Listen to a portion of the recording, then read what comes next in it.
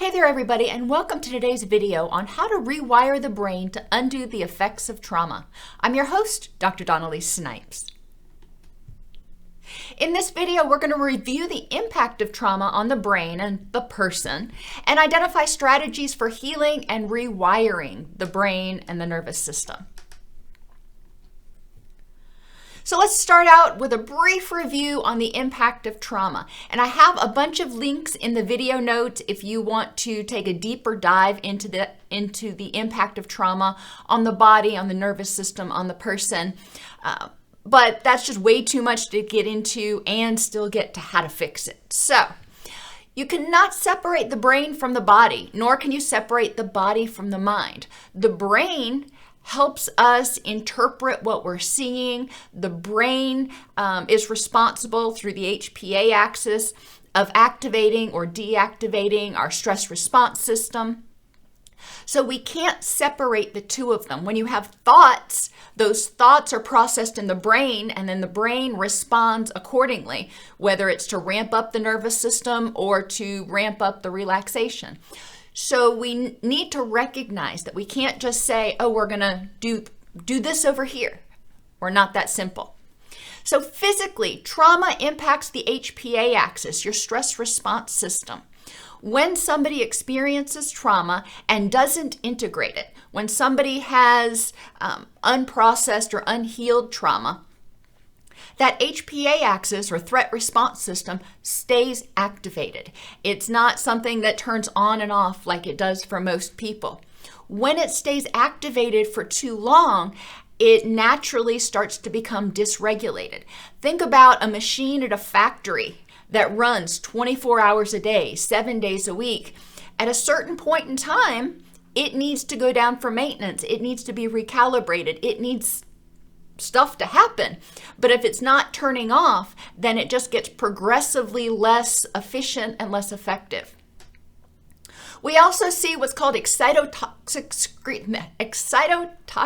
shrinking of the hippocampus. Now, the HPA axis is the hypothalamus pituitary adrenal axis, but the hippocampus is another part of our brain that's involved in emotion processing and behavior. When we are regularly exposed to stress, those stress hormones like cortisol and glutamate and even norepinephrine are secreted into the body, into the brain. And those stress hormones, I want you to think of them as your hot hormones. And they actually create a situation where your neurons die. We have which means excitement, so your excitatory neurotransmitters. They're too hot, too high, and we start seeing a loss of neurons. We see a strengthening between the DMN, the default mode network, which is your autopilot, and the amygdala, which is where we process fear. So the fear aspect of your brain is regularly saying, hey, buddy, check, make sure there's not a problem. So you end up paying more attention and operating from a fear-based standpoint. We also see strengthening of the amygdala and the connection between the amygdala and the prefrontal cortex. We see hypervigilance, and this is not new. I didn't bother to even hyperlink it because we know that people who have not effectively processed trauma are often more hypervigilant. When we experience trauma, whether it is a natural disaster or victimization, doesn't really matter. When we experience trauma, at least briefly, we lose our sense of safety and personal empowerment. Now, when you integrate trauma, you reclaim that sense of safety and empowerment. But if you haven't, then you're constantly going to be on edge. You're constantly going to be nervous, waiting for the next bad thing to happen. We also see weakening, if you will, of vagal tone. Now, your vagus nerve is the nerve that a lot of people refer to as the primary driver, if you will, of your relaxation response. And we see that the vagus nerve becomes less able to turn off the HPA axis. So the HPA axis is your stress or your threat response. The vagus nerve, among and other things, are your relaxation response. Well, when the autopilot, when the default mode network and the amygdala are working together and they are just full bore ahead looking for those dangers in the world and expecting to see dangers in the world, then when the vagus nerve comes knocking and says, hey, why don't we just take a break for a little bit? It cannot interrupt that autopilot. So the executive control network, where we do all of our fact-based reasoning, has a hard time breaking in. Sleep disruption is another side effect of unresolved trauma. When you don't feel safe, you cannot completely relax to get good quality deep sleep. Sleep and circadian rhythm disruptions contribute to cognitive decline by activating neuroinflammation, which suppresses neurogenesis. So not only are you not getting good sleep and you're feeling groggy and it's increasing stress, but this sleep deprivation also creates a stressor on the body, which leads to neuroinflammation. We start to see systemic inflammation and inflammation in the neuronal areas, and a suppression of neurogenesis. So we're losing neurons, but we're not creating any more. So we start to see hippocampal shrinkage. We also see changes in other areas of the brain. We also see systemic inflammation. When one system goes offline and starts experiencing stress, especially that HPA axis, under extended periods of stress, cortisol loses its ability to act as an anti-inflammatory. So we start seeing systemic inflammatory responses. Now, inflammation in and of itself, just like anger, anxiety, just about anything else, is not a bad thing. Inflammation is your body's response to an injury. If the brain thinks that there are injuries, then it's going to send out the paramedics, if you will. Think of the inflammatory cytokines as the paramedics to check and see and triage and try to fix things. So it makes sense that this might be happening. Normally, there's an on-off switch, but when the fight or flight is constantly on, then you've got the inflammatory cytokines, the paramedics, constantly operating in this battlefield sort of triage scenario, which means we start getting systemic inflammation. They're just always on rotation. We also see changes in the gut microbiome. And I know you've heard me talk about this before, and I'm going to continue to talk about it henceforth. The microbes in the gut break down what you eat into its component parts in order to use those amino acids, those vitamins, those minerals, in order to reassemble them in a format that they need, whether it's the format of glutamate and norepinephrine and adrenaline in order to promote the fight or flee response, or the format of GABA and serotonin and endorphins in order to promote the relaxation response. So when we're under stress, a different group of microbes populates and is actually activated. So our brain is focusing, or our gut is focusing on making everything that's needed to support fight or flee, not rest and digest. And there are also alterations in your thyroid and gonadal hormone levels, your estrogen, testosterone, progesterone, DHEA, and even oxytocin under stress. So stress, and I know we're supposed to be talking about trauma, but remember, when a person experiences trauma, they lose their sense of safety and empowerment. That leaves the person feeling stressed, vulnerable, and that ongoing sense of stress, even if it's not directly related to that trauma, that ongoing sense of unsafeness and disempowerment is a source of chronic stress. And that chronic stress leads to all kinds of biochemical activations. We know that alterations in thyroid, especially hypothyroid, mimic symptoms of depression. We know that alterations in gonadal hormones, estrogen, testosterone, progesterone, the whole list, affects the availability of serotonin and affects the reactivity of certain receptors for certain neurotransmitters. So we know that as other hormones change in the body, it's going to alter the availability and activity of the neurotransmitters that are necessary, if you will, for a feeling of safety and empowerment and happiness and all those things that people really crave.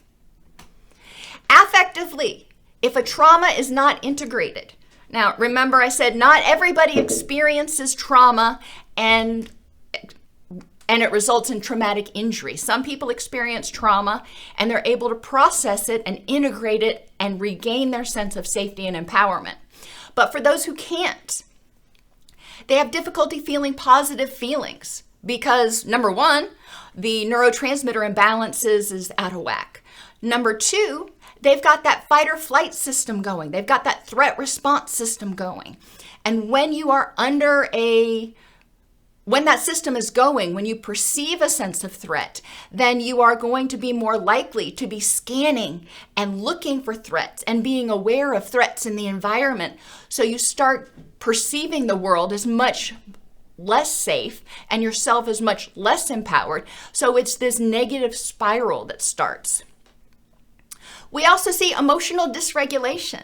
And this is another thing I've talked about in other videos. But when that HPA axis starts to get out of whack, then it turns down the sensitivity. Basically, the master control center is saying we can't run this hot this long, so we need to turn down our sensitivity so we don't respond to everything that comes our way. Well, that sounds like a great system, but when it does turn down that sensitivity, yeah, you may not be responding to things that used to cause you stress, you just don't have the energy, but you're also not able to respond with excitement. You're not responding with as much anxiety or anger, maybe, but you're also not responding with excitement. You're feeling more flat. Now, when that system does get triggered, you have a tsunami of neurochemicals. So you go from flat to furious or flat to really, really anxious. I don't know what the F is that I'm looking for there. So emotional dysregulation makes sense when you look at it from a biochemical, neurological perspective. Emotional dysregulation in people who experienced adverse childhood experiences or early childhood trauma makes sense because it's a symptom that indicates partly that their HPA axis is kind of out of whack. And we're going to talk about how to reset that, but it's important to kind of get everything into perspective. Cognitively, after a trauma, at least in the early period, people feel a sense of pessimism, disempowerment, inflexible thinking, and have difficulty with memory and learning. Now, if they integrate that trauma and they get their sense of safety and empowerment back, then the system recalibrates, and a lot of these things greatly weaken, if not go away. But if they don't integrate it, then like I said, with that HPA axis on, it's kind of like you're being in a battleship and having that, in the movies, it's always a red light that flashes that indicates that you are manning your battle stations and you're constantly looking for threats and you're constantly on guard. Well, when you're constantly looking for threats, you're going to find them. Normally, you may not even notice them because they're really not, going to make that big of a difference in your world.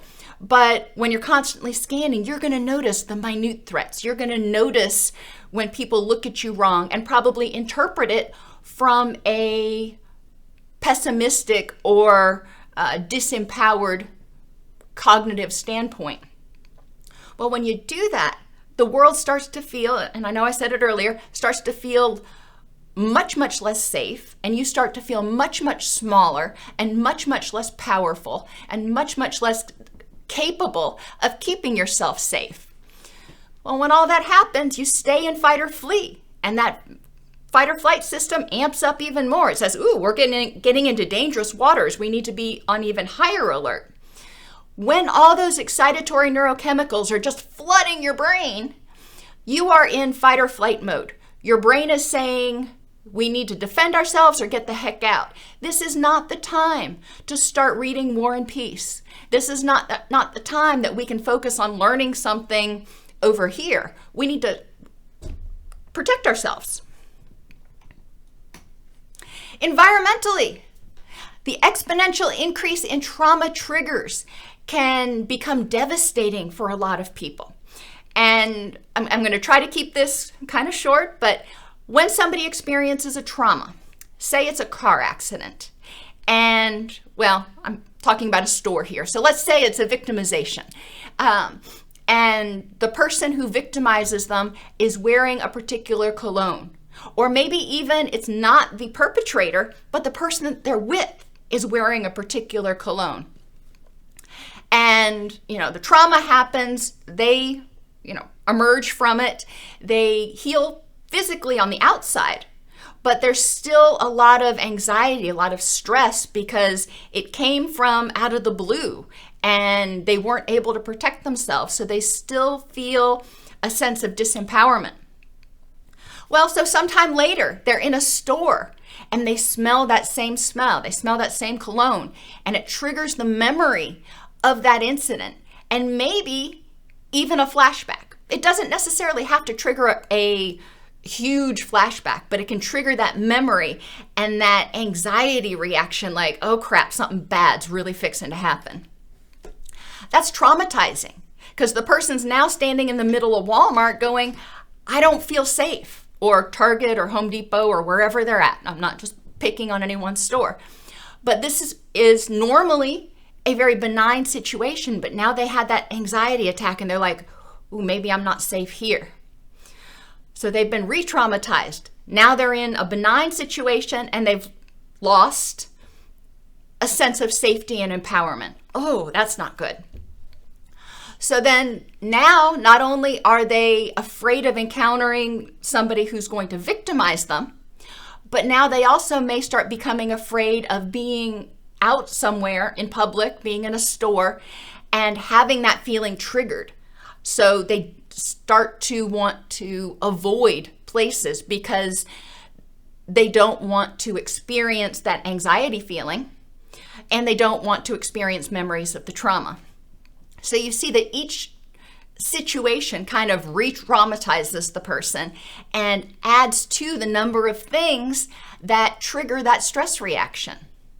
This can lead to isolation or agoraphobia if it goes on for too long, but it's important to recognize that sometimes seemingly benign people, places, things, events, triggers can trigger that stress response for somebody, and they may not exactly realize where it came from.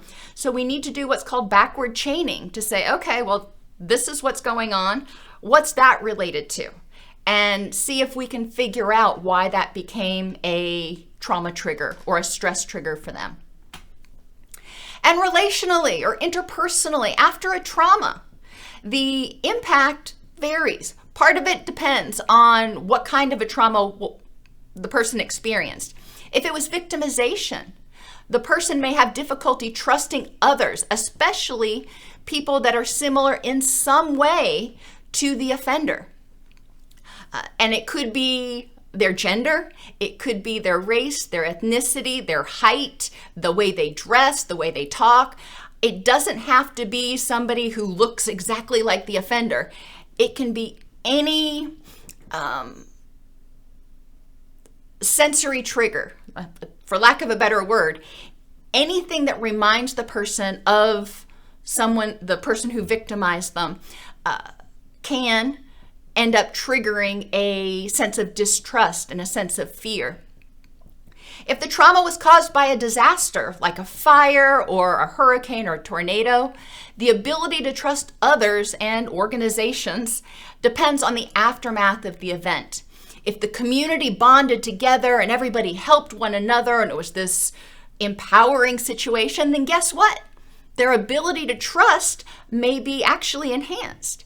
However, their ability to trust, if there was looting, if there was blaming, if there was discontent, or violence in some way, then their ability to trust others may have been diminished. And that can even mean a lack of a sense of caring. If your entire neighborhood gets wiped out by a tornado and everybody else in the county is like, oh, sucks to be you, that sense of being safe in that community is probably going to dissipate, and it's going to be replaced by a sense of anger and fear. And regardless of whether it's a victimization or a disaster of some sort, separation and safety anxiety for self and significant others is going to likely increase in some people. If you've been victimized, then when you're not with your significant others, the people you care about, the people you trust, the people you love, you may be worried that they're going to be victimized. So you start feeling very anxious when they're not in your presence. Same thing for yourself. I mean, you obviously may have some safety anxiety, but a lot of times what's described sometimes as clinginess or neediness, we can see as separation anxiety because the survivor is so worried that somebody that they love is going to experience something bad, whether it's the same exact thing or something else. They feel powerless, they feel unsafe, so they are assuming everyone else is disempowered and unsafe. So let's talk about the goals, okay? As I mentioned, I have several videos that are noted in the video notes that talk about in depth the impact of trauma on the brain and on the person. So if you want to get more in depth on that, you can go to those videos. But let's talk about what we can do. And it has to be a holistic approach. You can't just say, okay, do this one thing here and you're going to rewire your brain, or do this one thing over here and you'll fix it and make it all better, because everything is interconnected. It's like if your car is breaking down, and this metaphor may not go very far, and you change the oil. Well, yeah, the oil needs to be changed to keep things going well, but you also have to pay attention to other fluids and rotate the tires and tune up the engine in order to keep the car running smoothly. So after a trauma, it's kind of like a car that has been run into the ground for 10 years, never been to the mechanic, and maybe even been in an accident. There's not one thing that we can do to make it brand new again. There's a rebuilding process. So one of the first things that we can help people start doing, and probably one of the easiest things, is to start strengthening their vagal tone, getting that vagus nerve, that relaxation response, to be able to kick in when they start feeling anxiety, being able to trigger that vagus nerve so they can get into their wise mind and say, okay, I'm feeling anxious right now. It's what I'm feeling. Now, is there a threat, and what can I do about it? Recognizing that just because you feel anxiety doesn't necessarily mean that there's a threat at this time and this context. So strengthening vagal tone is I consider it a distress tolerance skill, because it helps people feel like they won't be completely overwhelmed by their emotions. They can sit with it, they can acknowledge it, but they don't have to, take a deep dive down into it. Strengthening vagal tone means being able to reliably get from your emotional mind into your wise mind. One of the easiest ways to do this is through respiratory vagus nerve stimulation, which is a fancy way of saying deep breathing.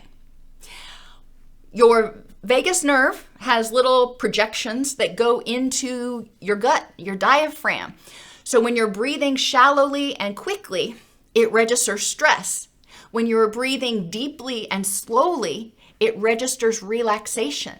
So you are manually overriding the stress response. You are manually, if you will, turning on the vagus nerve. A lot of people benefit from just kind of wrapping their head around that. That's why we deep breathe. How many times when you were growing up did your parents or your doctor or teacher or somebody say, take a few deep breaths, honey? Maybe that's just me, but and I never knew why. I was like, well, what's the point of that? It doesn't make any sense. There's a reason for it. When you breathe slowly and deeply, you start triggering that relaxation response so you can get the adrenaline flood to subside and you can see more clearly what needs to be done. Respiration, you've got wherever you are, whether you're in the car or you're at your kid's ball game or you're in the middle of the store or you're in bed, you're breathing. So you don't need anything special, which is great because people know they always have a tool with them that they can use. Transcutaneous vagus nerve stimulation has gotten a lot of publicity lately, and that is using a TENS unit and attaching it through an ear clip to your tragus, which is the little flap on your ear, and stimulating your vagus nerve here. That can work for people, but you've got to have the TENS unit with you.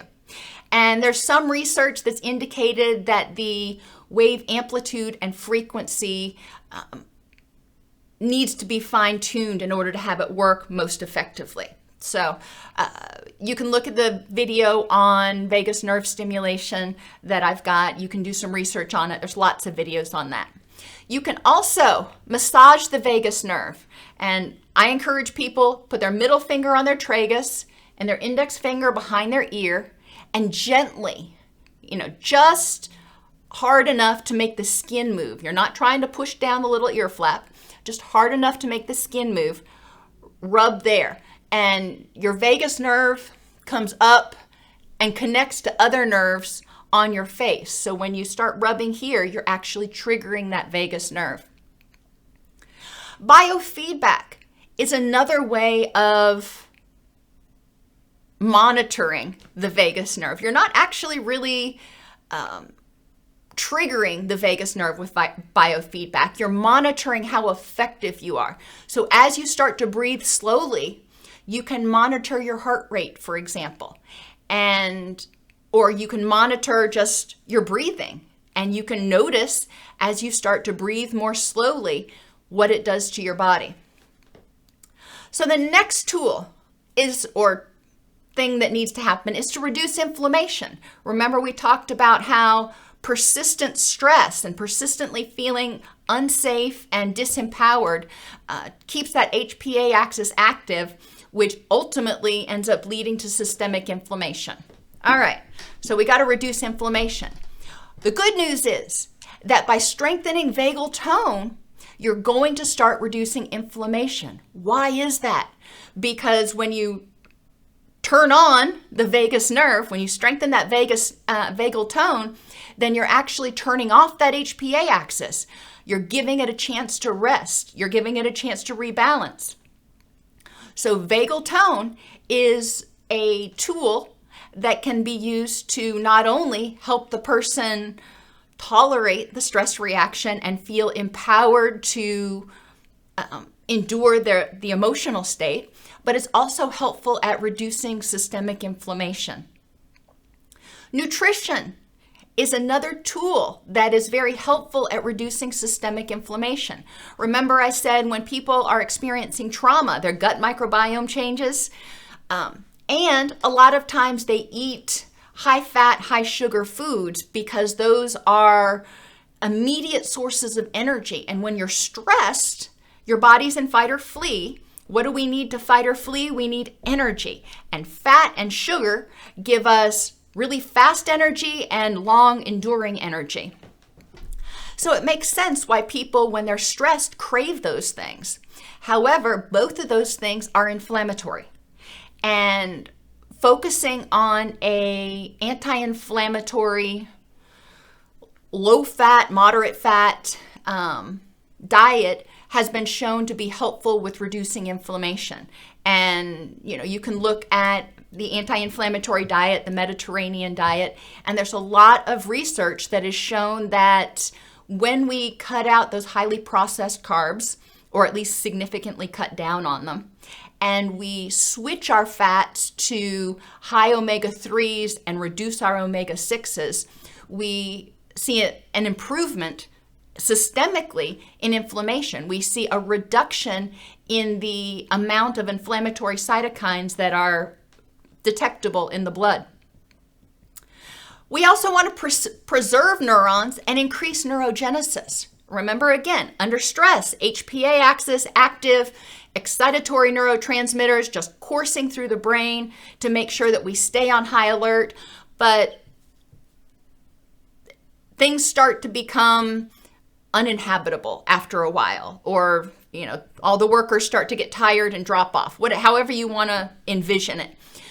So we start to see neurons dying.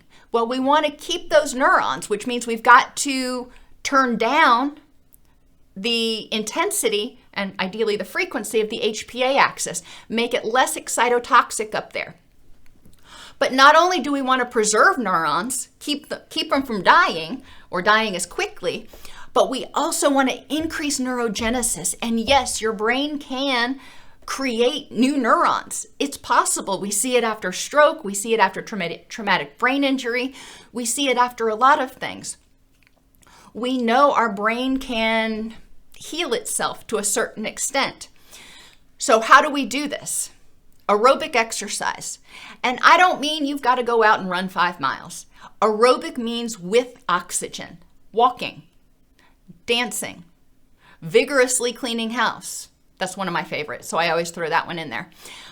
Things that you enjoy, at least 30 to 45 minutes a day. And again, it doesn't have to be super intense. It has to be something that's going to increase the rate at which you're breathing. So instead of breathing 6 times a minute, you're breathing 10 times a minute. Nutrition. I know, this one came up again. Low fat, low glycemic index foods tend to be most helpful for the preservation of neurons and increasing neurogenesis in the brain. Alcohol. Sorry guys, alcohol has been shown to be neurotoxic. When alcohol comes into the body, well, number one, the ethanol is a poison, so that's kind of no good, and that promotes inflammation in and of itself. But when the alcohol leaves the body, it leaves the body faster than the body can compensate.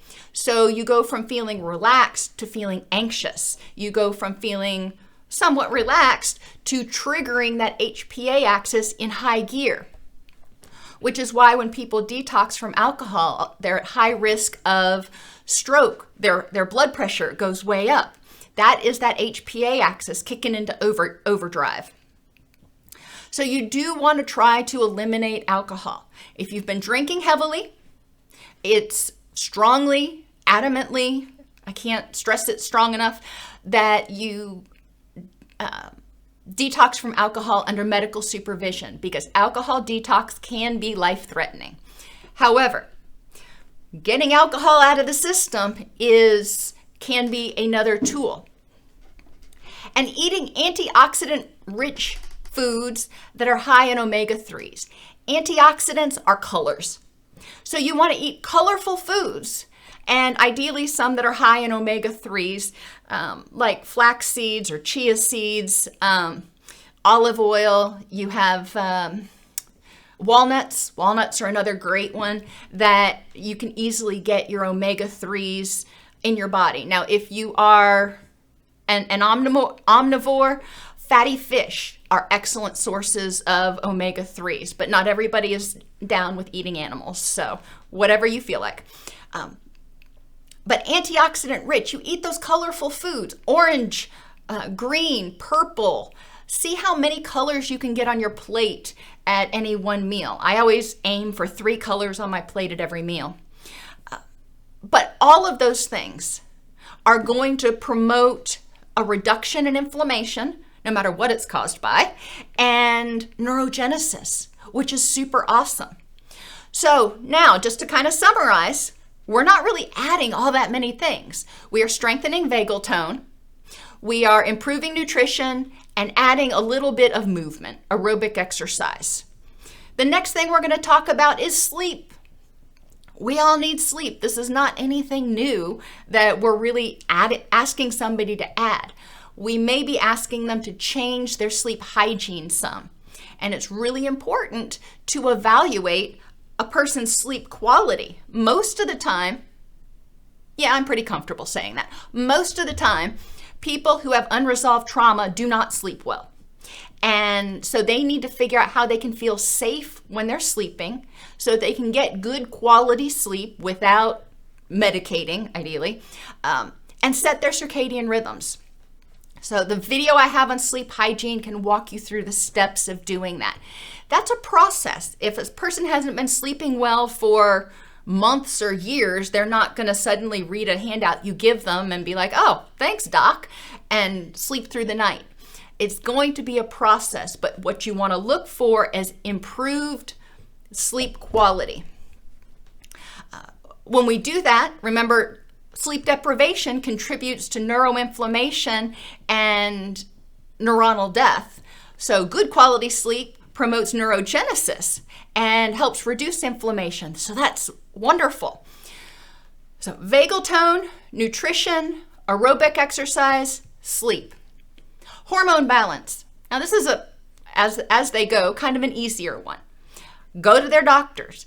If their estrogen or testosterone or progesterone are out of balance, then the doctor can advise them on steps to take to get those back into balance. And I'm not necessarily saying hormone therapy.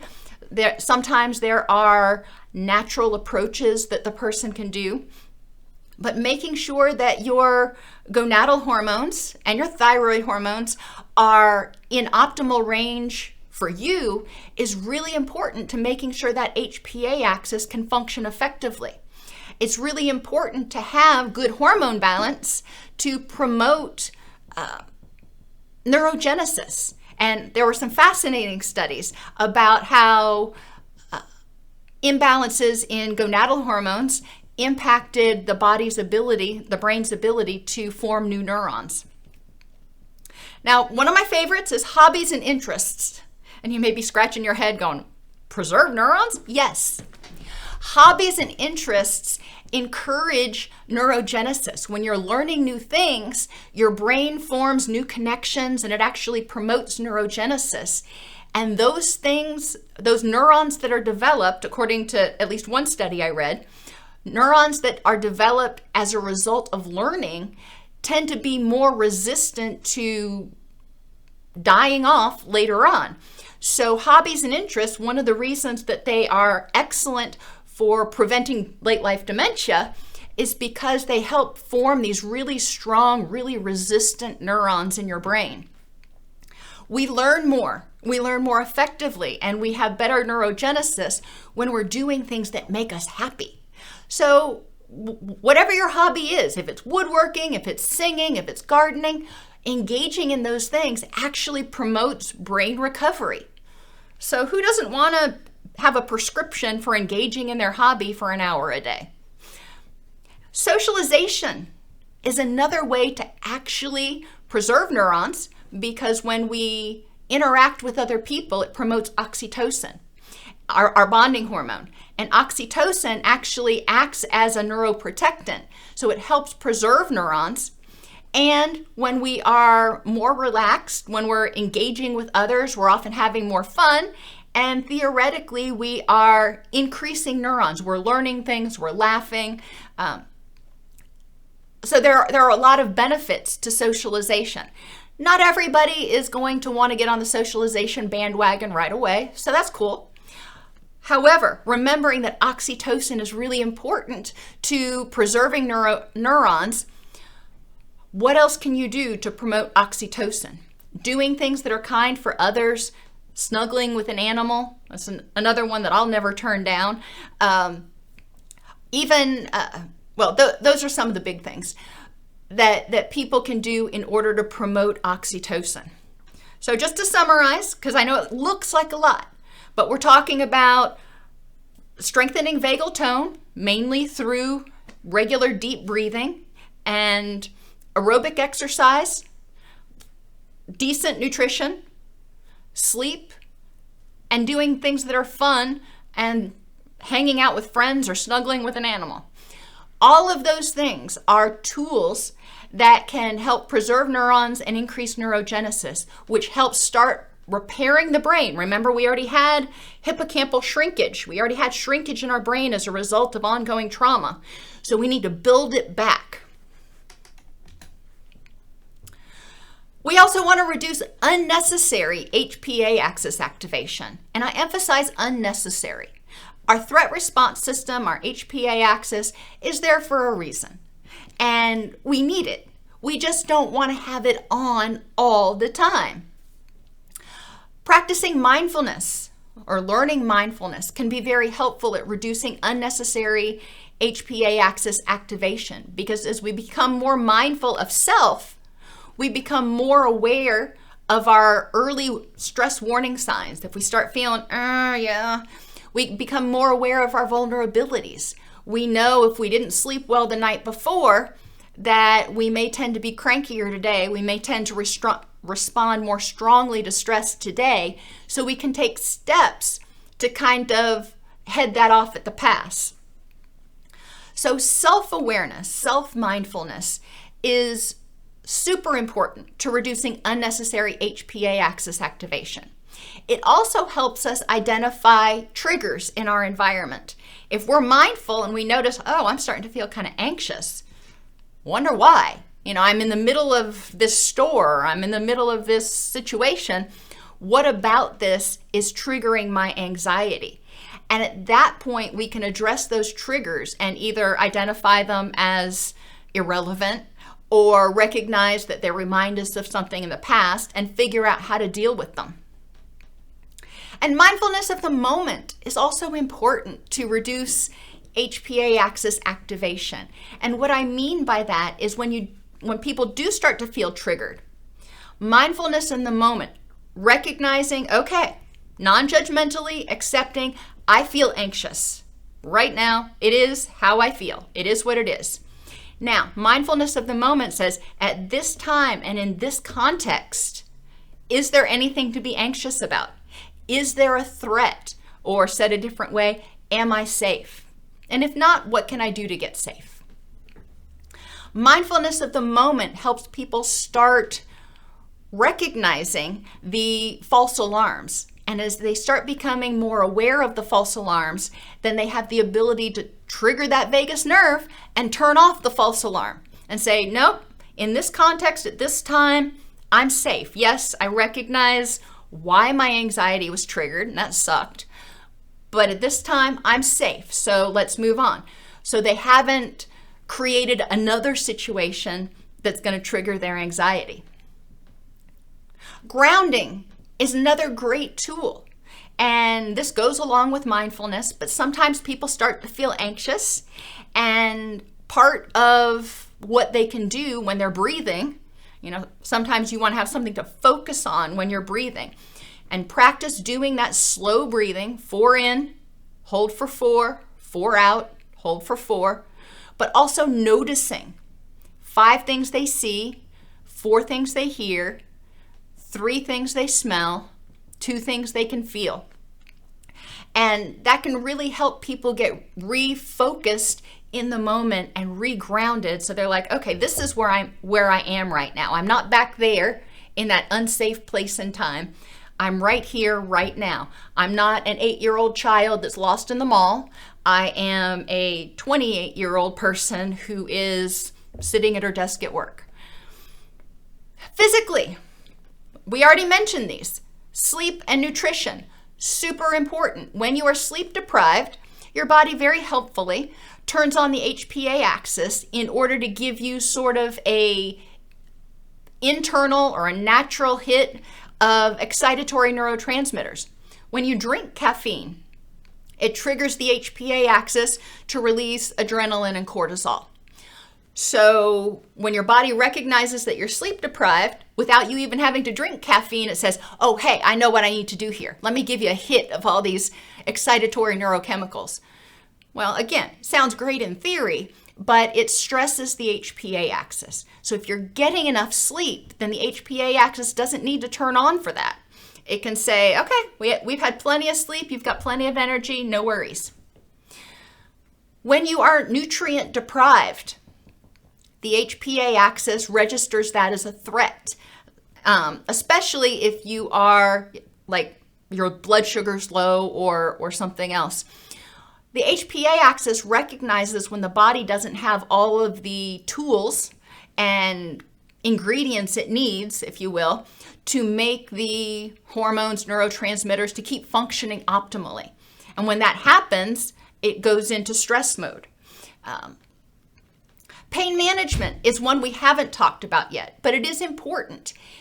Inflammation causes pain. So as we start to reduce inflammation with vagus nerve activities, nutrition, sleep, that's wonderful, and that should help some. However, it's unreasonable to expect to go your entire life without having pain. You're going to wake up with a kink in your neck. You're going to have pain here and there. So pain management tools are really important. When we feel pain, that's our body's cue that something's wrong. It may not be completely broken. It may just be a little out of kilter, but something's wrong. And that triggers the HPA axis. For some people, that really ramps up the HPA axis because they have health-related anxiety. So every time they feel pain, they start expecting the catastrophic end.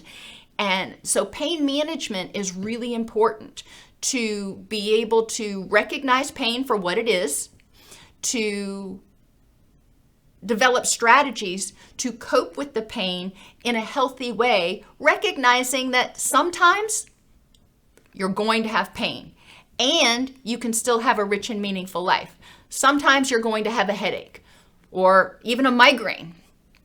And as soon as it passes, you can get back to your rich and meaningful life. Relaxation is another tool.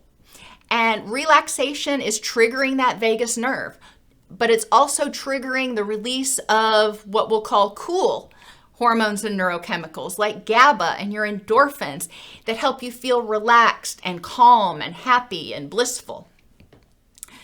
Relaxation exercises, you can do progressive muscular relaxation, you can do yoga, you can do painting, whatever it is that helps you feel relaxed, that helps you feel de-stressed. Sometimes a lot of us will carry our stress like in our chest and in our muscles and stuff and in our neck. When you've relaxed, you don't feel that tension anymore. So making a list of the things for each person that helps them feel relaxed. What can you do when you come home after a hard day of work that helps you feel relaxed? Is it a hot bath? Is it playing with your dog? Is it painting? What works for you? Affectively, we want to help people improve their emotional intelligence. By doing this, what we're doing is helping them first increase their emotional awareness. What is the purpose of this emotion? Too often, we just have these emotions, anger, anxiety, guilt, grief, all these labels, but what's the purpose? Why do we have them? Emotions are designed to motivate us or to inform us. So anxiety, that is your body's smoke alarm. That is your body saying, hey, pay attention, there might be a threat. Just like a smoke alarm says there might be a fire. It doesn't mean there is, it means there might be. Anxiety is your body's smoke alarm. Once people recognize that anxiety does not mean there is a threat, it means there might be. Okay, well that's a good piece of information to have. Anger is the same way. Some people respond with anger. They start getting angry because they feel like there might be a threat. And they've got to look and see, is there something I need to fight off right now? And if not, okay, cool. But once people recognize the purpose of the emotion, what's it there to do? How's it designed to help me stay safe, to help me procreate and keep the species going on? That can be helpful. Then helping them identify their indicators. How do you know when you feel anxious? What's your first early warning sign that you're starting to get anxious? What's your next warning sign? That way they can intervene early. Before they are completely overwhelmed with terror, they've already intervened. And becoming aware of their triggers. Now that I know the purpose of anxiety, it's there to keep me safe, to let me know if I need to fight or flee. And I know what it feels like when I start to get anxious. Well, that's great. As soon as I start to get anxious, I can look around and I can say, okay, what's causing this? What is triggering this feeling for me now, and why? And then I can address it. Distress tolerance is another skill we need to have people develop, because we will have emotions. Our body is designed to feel emotions to motivate us to do things. It's not designed to give us emotions that we just sit with, that we become overwhelmed or drown in. They're designed to, the emotions are designed to help us understand. It's communication. It's the way our body communicates without words. So distress tolerance skills.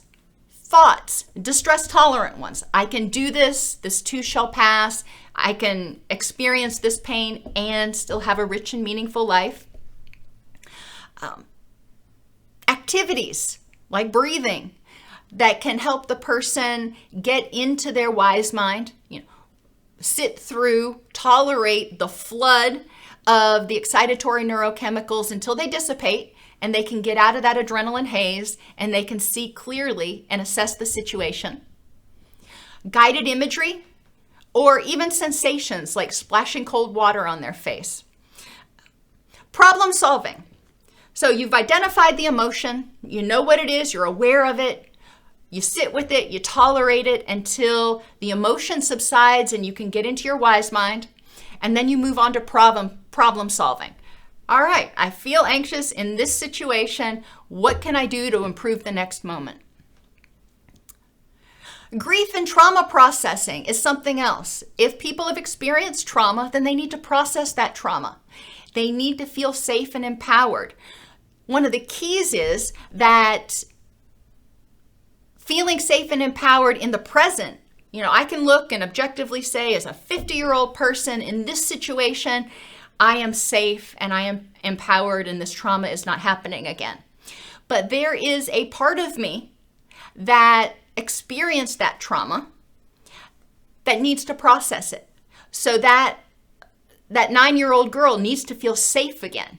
And so grief and trauma processing involves helping the person process that experience from the perspective of when they had that experience. For a lot of people, not everybody needs to do that, but for a lot of people it's helpful. Some people say helping the inner child process that grief. However you want to phrase it, it's important. And grief. We're going to lose things, we're going to experience losses, and that will trigger the HPA axis. That is likely a necessary triggering of the HPA axis when you experience a loss. And then you integrate it. Holding on to that grief, prolonged grief, extended, intense grief, that is unnecessary HPA axis activation. Now, how long is appropriate to grieve depends on the situation and the person. It's not for me to say, but it's important for the person to be able to look at it and say, okay, is continuing to grieve what I need to be doing right now? Vulnerability awareness and management. I mentioned triggers and I already mentioned vulnerabilities a little bit. Vulnerabilities are things that make you more likely to be triggered. So for me, being in pain or being tired are my two biggest vulnerabilities. I know that I tend to be much more irritable, and I respond much more strongly to things that irritate me when I am either in pain or when I'm tired. Therefore, so I'm aware of my vulnerabilities.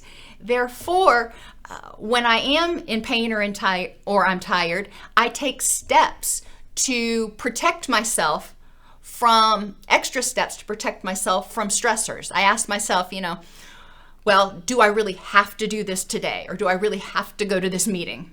And it's important to recognize what those vulnerabilities are for you. And it's not just physical states. It can also be places. My daughter, for example, is an introvert, and she gets overwhelmed when she is in huge crowds. She doesn't have, it's not agoraphobia. The energy is just overwhelming to her. So she knows that when she's in large crowds, it's easier for her to have her anxiety triggered. Know what your vulnerabilities are. And positive affect activities. This can kind of go back to those hobbies and interests. Those can all help promote the release of some of those cooling neurotransmitters to balance out the heat of the stress hormones. Cognitively, we want to promote efficacy and empowerment. Help people identify and address their cognitive distortions. What do they have control over in the current context based on the available facts? What are some alternate explanations for what might be going on besides this catastrophic one or this personal one that it's all about them? And what are some exceptions to the rule? Instead of saying every place I go is dangerous, what are some safe places that you've gone? Tragic optimism and radical acceptance are forms of cognitive restructuring that can be very helpful too. Recognizing, yes, this happened, and I can live a rich and meaningful life. Recognizing that, yes, this happened, and I can move forward into feeling safe and empowered again. Tragic optimism means recognizing the problem, that's the tragic part, and having hope that you can improve the next moment. Radical acceptance means accepting what is and not trying to convince yourself that it doesn't exist. So you're saying, all right, it is what it is, and there's hope. Hardiness and a rich and meaningful life is also important. Encouraging people to recognize what is important to them in their rich and meaningful life, and how many of those things do they actually have going for them right now.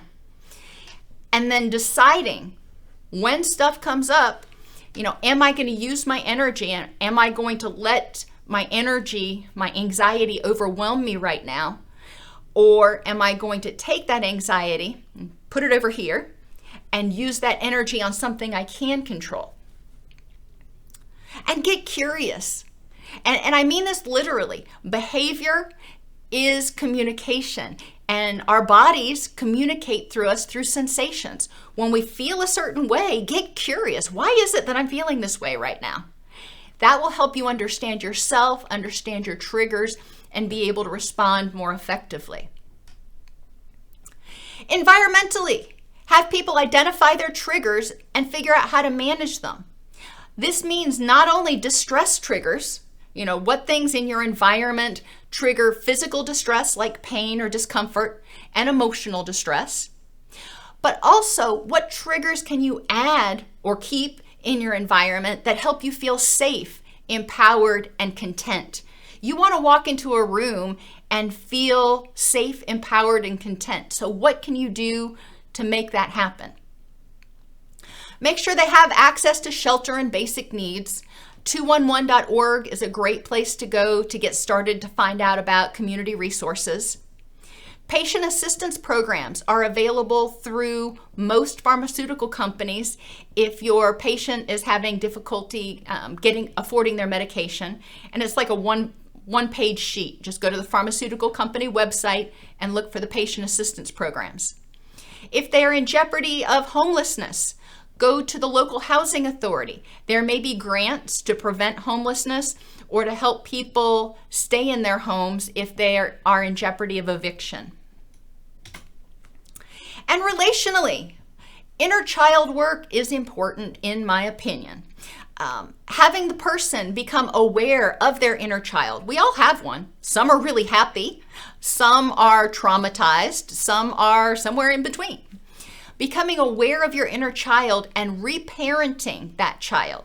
And what I mean by that is developing a secure attachment, being consistently aware of that child, being responsive to that inner child. If they want to go out for ice cream, then maybe figure out if you can go out for ice cream. So being consistently available, being responsive, being encouraging, being validated, and being attentive, paying attention to that inner child. And when it wants to come out, not always pushing it down, going, no, there's no time for fun. Once you've developed secure attachment with your inner child, once that inner child feels safe, a lot of times you'll start to feel more integrated and less stressed because you don't have that thing in the back of your head always telling you, oh, are you sure we're safe? Are you sure we can do this? Secure attachment with others is the next step. And this helps people address their abandonment fears and recognize that not everybody's going to be around all the time.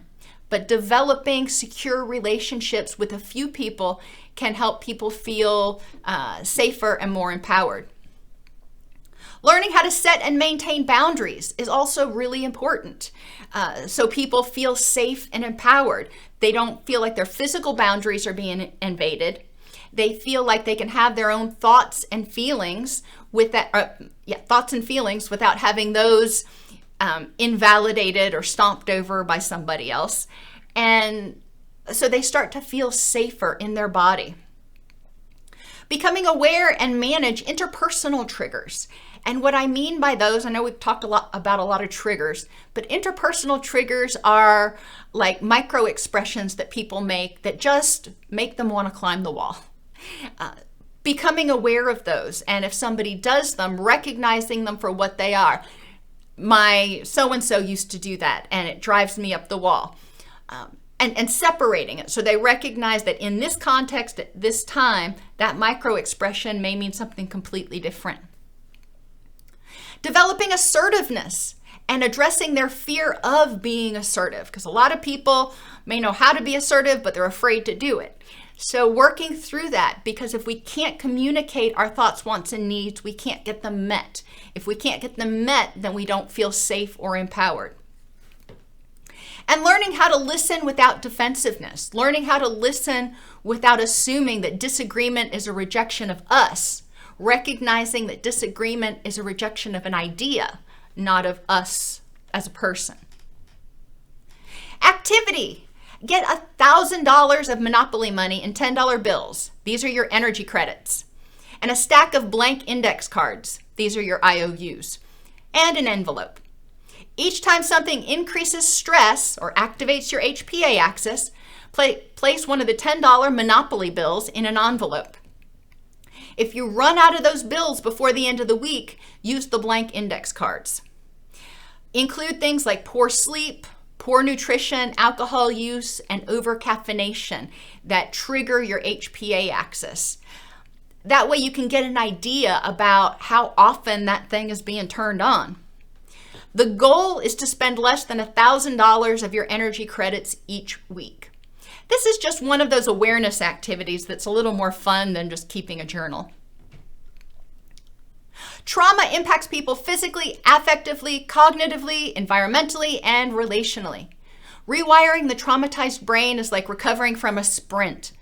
The more you reduce stress or slow down, the faster it'll happen. If you're recovering from a sprint by jogging, it's going to take a little while longer. Recovery requires reducing the stress and allowing the brain and body to heal and rebalance. Creating new schema that promote empowerment and safety, so you start seeing the world as safer and more controllable. And becoming more mindful to reduce autopilot-based responding.